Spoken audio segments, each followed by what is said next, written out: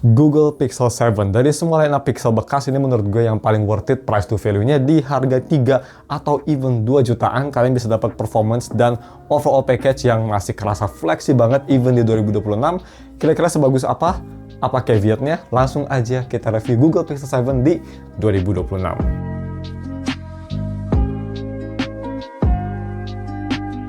Halo guys, nama gue Stefan dari Staff Tech Do. Mari kita langsung aja review si Google Pixel 7 di tahun 2026. Gue beli yang warna lime, dan seperti biasa kita bahas dulu pertama untuk harga dan speknya. Harga sendiri kita bakal bahas cepet aja. Gue beli di harga segini dan gue beli di Desember akhir atau Desember pertengahan ya, di harga segitu 3 juta pas. Harusnya sih di beberapa bulan setelah, kalau misalnya ada banyak diskon, kalian bisa dapat sampai 2 jutaan. Tapi ya, udah murah banget, turun sekitar 1 jutaan, tapi turunnya nggak banyak banget ya, walaupun udah agak lama ya, ini HP 4 tahun umurnya, tapi dibanding sama 2 tahun lalu, nggak beda jauh untuk limbah Jepangnya. Anyway, semua link dari link pembelian dan link wallpaper si Linai ini gue udah taruh, semua linknya ada di deskripsi. By the way, buat kalian yang main Ultra Wave, kalian ngepull Linai nggak? Kalau gue sih pasti ngepull lah. Favorit gue. Anyway, bukan karbit. Kita langsung aja ke speknya. Speknya sendiri, kalian bisa lihat di B-roll, dia pakai Google Tensor G2 generasi kedua yang masih dogshit, tapi oke lah diterima. UFS 3.2, USB Type-C 3.2 juga, jadi UFS-nya udah UFS 3, USB Type-C-nya udah bagus juga. Baterainya bukannya perlu besar, tapi cukup di 4000 mAh baterai, cuma memang yang agak lemah dari si chipset, dan bisa kita lihat chargingnya 20 watt. So, untuk desain dan display. Desain sendiri, pertama gue mau bahas desain belakangnya. Overall sih untuk Pixel ya, semua line up Pixel gue suka banget sama desainnya karena unik-unik, terutama dari Pixel 6 ke atas. Tapi desain favorit gue menurut gue Pixel 7 dan Pixel 10. Mereka berdua desainnya keren sih. Bisa kita lihat desain belakang gue beli yang warna lime, kelihatan cukup lucu ya, bener-bener kayak warna lime green gitu, keren. Bukan lime greennya BYD atau One ya guys, ini lime greennya lebih ke pale, tapi gue suka warnanya, desainnya juga pakai visor khas Google Pixel banget. Gue sih untuk masalah desain Google Pixel suka banget, jadi nggak ada masalah. Frame sampingnya juga bagus, overall no problem. Sedangkan untuk desain depan ini yang kita sedikit ada problem, karena di zaman sekarang yang HP 3 jutaan pun bezel udah tipis. Di sini bezelnya bisa kita lihat ya, bezel bawahnya itu tebal banget, dan overall bezelnya samping kanan kiri atas juga kerasa tebal dari HP zaman sekarang yang udah tipis banget. Tapi it's okay lah, karena memang pada zamannya juga ini masih acceptable. Cuma ya dagu bawahnya itu aja udah nggak simetris dan tebal dibanding yang lain gitu. Tapi overall at least dia udah pakai dot display dan cukup modern, dan dia pakai layar 90Hz sekalipun gue nggak bisa ngebedain terlalu signifikan sama 120, jadi masih acceptable lah. Sedangkan untuk display quality-nya sendiri bagaimana? Ini yang cukup bagus ya. Dari Google Pixel 6, kalau kita bernostalgia dikit, itu displaynya menurut gue agak jelek. Pixel 7 huge upgrade, yang pastinya gue udah pernah coba Pixel 8 Pro yang lebih bagus displaynya, tapi ini juga masih bagus banget displaynya 90Hz. Tapi untuk layarnya sendiri buat dipakai nonton film, warnanya bagus, kontrasnya bagus, vibrant, view angle oke, no problem at all. Kelemahannya aja kalau misal kita dibawa di sinar matahari ya, di luar, outdoor, terik matahari yang sangat-sangat bikin pusing. Di HP ini memang di full brightness-nya nggak bisa terang banget, bisa kita lihat tuh agak sedikit gelap, tapi at least masih usable lah gue bisa bilang. Dan ini bisa kita lihat sendiri juga di sini ya, di A-roll. Untuk warnanya ini vibrant banget, wallpaper Linai bener-bener pop up banget dan kerasa keren aja gitu. Dan UI Google juga ngebantu, clean, bagus, nice. Terus kita moving on ke biometric. Biometric sendiri ini pakai si biometric fingerprint, dan fingerprintnya memang optical fingerprint Google bukan yang terbaik, di sini juga bukan yang terbaik. Scanning gak yang paling cepat, butuh waktu sekitar 1 detik dia baru masuk. Dan juga untuk masalah keakuratan, kalau misalnya tangan kalian kering ya, itu susah banget nge-scan-nya. Kadang bisa, kadang enggak. Padahal ini nggak pakai screen protector atau tempered glass ya, full layar, agak struggling untuk scanning. Jadi scanning ini di zaman dimana Google Pixel masih agak jelek ya. Baru bagus tuh kalau nggak salah di Google Pixel 8 ke atas. Tapi at least masih usable lah. Cuma kalian kalau nge-scan itu harus agak neken dikit di jempolnya biar ke-scan. Itu experience gue. Seperti itu. Dan untuk haptic juga ini bagus banget, tapi haptic sampai sekarang pun Google masih nomor 1, dan HP ini masih bisa ngalahin flagship zaman 2025 dan 2026. Dibanding Samsung, gue S25 Ultra dibanding 17 Pro Max, ini masih paling enak. Strong, bulat, enak banget ya feedbacknya, dan juga kalau misal dipakai untuk hal-hal kecil, implementasinya bagus, multitasking ada haptic, kontrol sentral ada haptic, volume ada haptic, dan itu tuh rasanya beda-beda, nggak flat, kayak intensitasnya tuh beda-beda, jadi implementasinya cukup oke untuk haptic. Sedangkan untuk audio quality, kita bahas dulu audio quality via 3.5mm to USB Type-C, karena yang pastinya nggak ada headphone jack. Ya, Google sih dari zaman awal buat HP juga dia udah kayak fuck headphone jack ya. Anyway, untuk si kualitas audio sendiri gue tes pakai Tanjim Force dan pakai Type-C converter. Bukan converter sih, pakai Type-C cable ya. Ini bagus, kualitasnya masih oke. Suaranya lebih ke arah balance dan suara masih kedengaran bagus. Masih kedengaran pop out. Vokalnya oke, bassnya bagus. Cuma emang yang sedikit agak kurang, gue rasa kurang berbobot aja gitu, lagunya agak sedikit agak sedikit tipis. Tapi ya cuma itu aja, karena itu wajar banget di HP biasa kayak gitu. Masih bagus banget dan masih kerasa kayak HP flagship. Sedangkan untuk si speakernya, ini speakernya hit or miss ya menurut gue.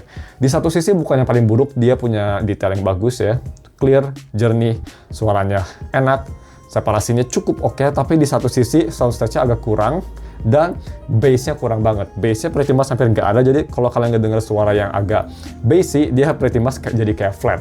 Yang artinya kalau misalnya kalian full volume ngedengerin YouTuber atau lagu yang high pitch, agak sedikit cempreng ya. Tapi overall, dia masih kerasa flagship-nya lah, if you know what I mean. Ya, untuk lo beli kalian bisa dengerin sendiri deh. Check it out.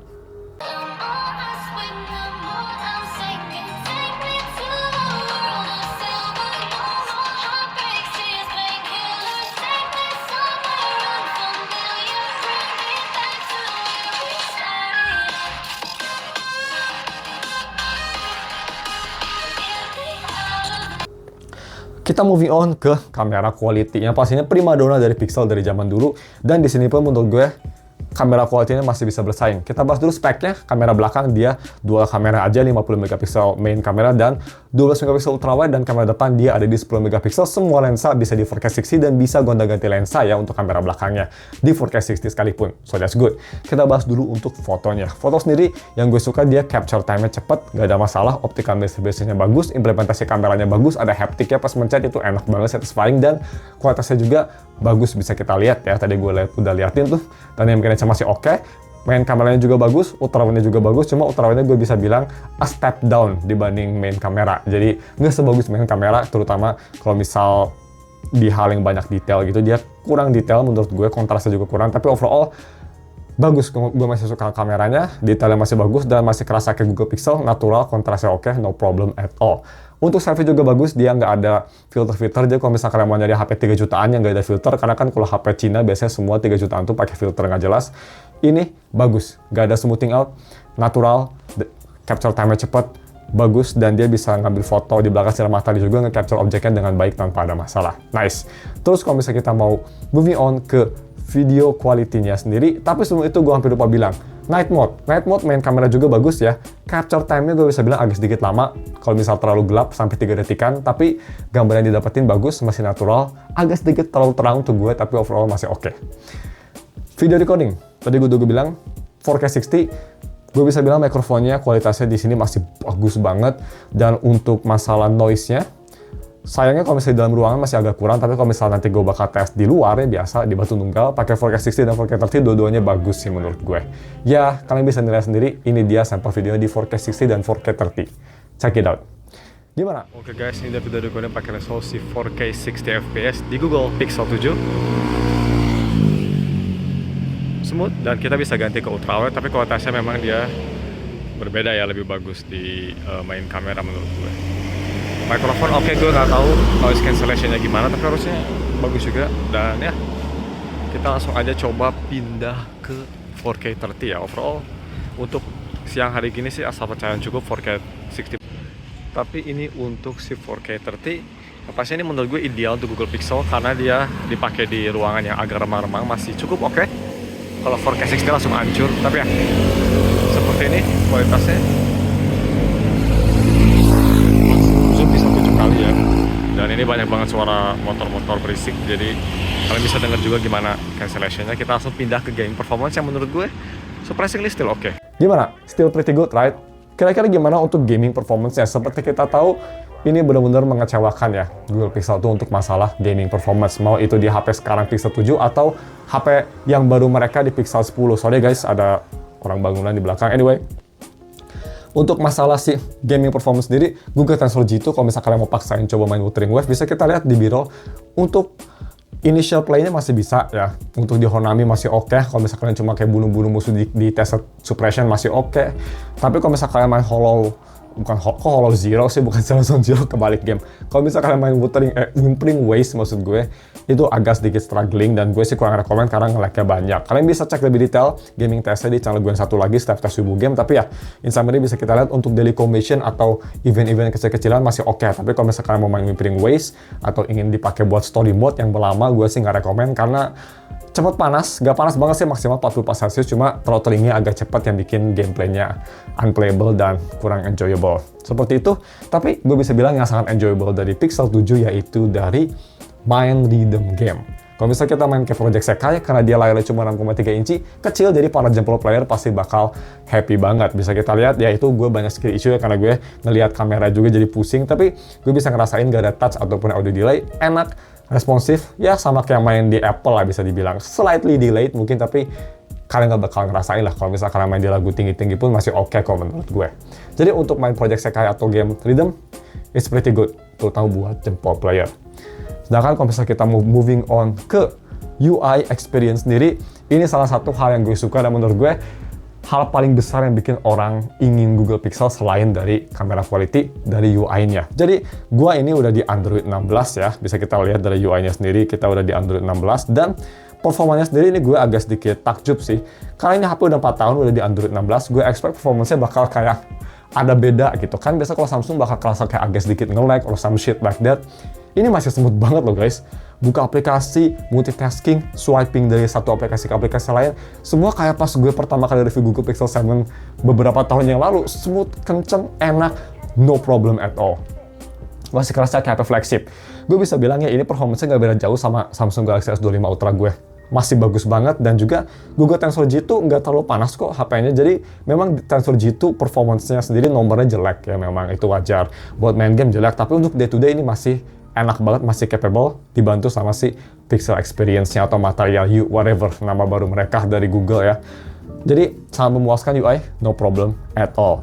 Yang pastinya karena di Google ada AI juga dan overall smooth banget, implementasi haptiknya bagus, sharp objeknya, nggak ada delay-delay kayak OS Cina, enak lah pokoknya. So, itu salah satu positif besar dari HP ini dari UI experience-nya. Dan kalau misalnya penasaran juga ya, untuk DRM info yang pastinya di sini sudah di L1 dan sudah support buat kalau game mode dan juga HDR10+.